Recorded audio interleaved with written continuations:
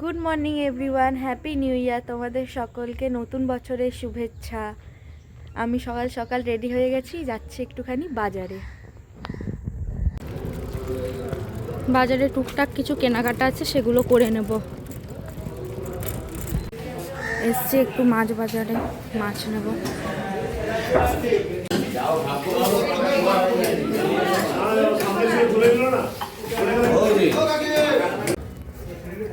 তো বাজার হয়ে গেছে বন্ধুরা, এবার বাড়ি গিয়ে কথা বলছি।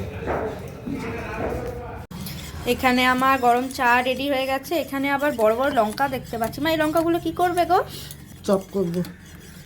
তো আমাদের ঘরে আজকে এই লঙ্কার চপ হবে। এই লঙ্কাগুলোর একটা নাম আছে মনে হয়, সিমলা মির্চি। সিমলা মির্চি। যদি সম্ভব হয় তাহলে ব্লগ বানিয়ে দেখাবো চপের রেসিপি। রামুকে আজকে সকাল সকাল স্নান করিয়ে দেওয়া হয়েছে, তাই ও একটু বাইরে বসে আছে। এখানে লঙ্কাগুলো আমরা কেটে চিড়ে নিয়েছি, আর এই ভিতরগুলো যে বীজগুলো আছে ওগুলো পরিষ্কার করে নিয়েছি। এরপর আলুর মশলা তৈরি করব।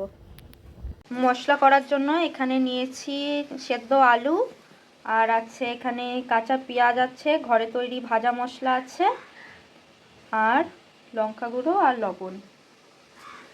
এই দিয়ে একটা মশলা তৈরি করে নেব, যেটা হচ্ছে ওই যে লঙ্কাটা চিড়ে রেখেছি ওর মধ্যে দেব।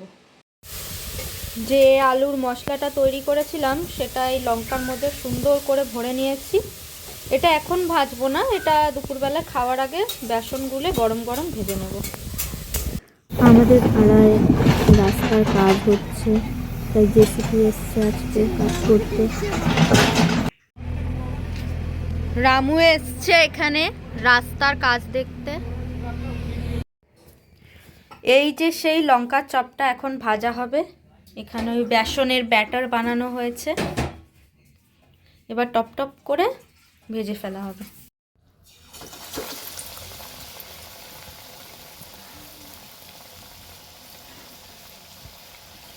এই লঙ্কার চপ ভাজা দেখে আমার একটা কথা মনে পড়লো। আমাদের এখানে মিষ্টি দোকানে এই বড় লঙ্কার চপ কিনতে পাওয়া যায়। একবার আমি খেয়েছিলাম, খুব ভালো লেগেছিল। তারপর থেকেই যখনই বাজারে এই লঙ্কা দেখা হয় আমার বাবা নিয়ে আসে, আর আমরা বাড়িতেই চপ বানিয়ে খাই। এই যে ভাজা হয়ে গেছে, খুব সুন্দর করে মা ভেজে দিয়েছে। ভাবছি একখানা এক্ষুনি গরম গরম খেয়ে নেব। 3rd জানুয়ারি আমার শরীরটা সকাল থেকে ভালো ছিল না, তো আমি ব্লগের এন্ড শ্যুট করতে পারিনি, আর নতুন ব্লগও শ্যুট করতে পারিনি। তো আজকেই ব্লগটা এন্ড করে দিচ্ছি।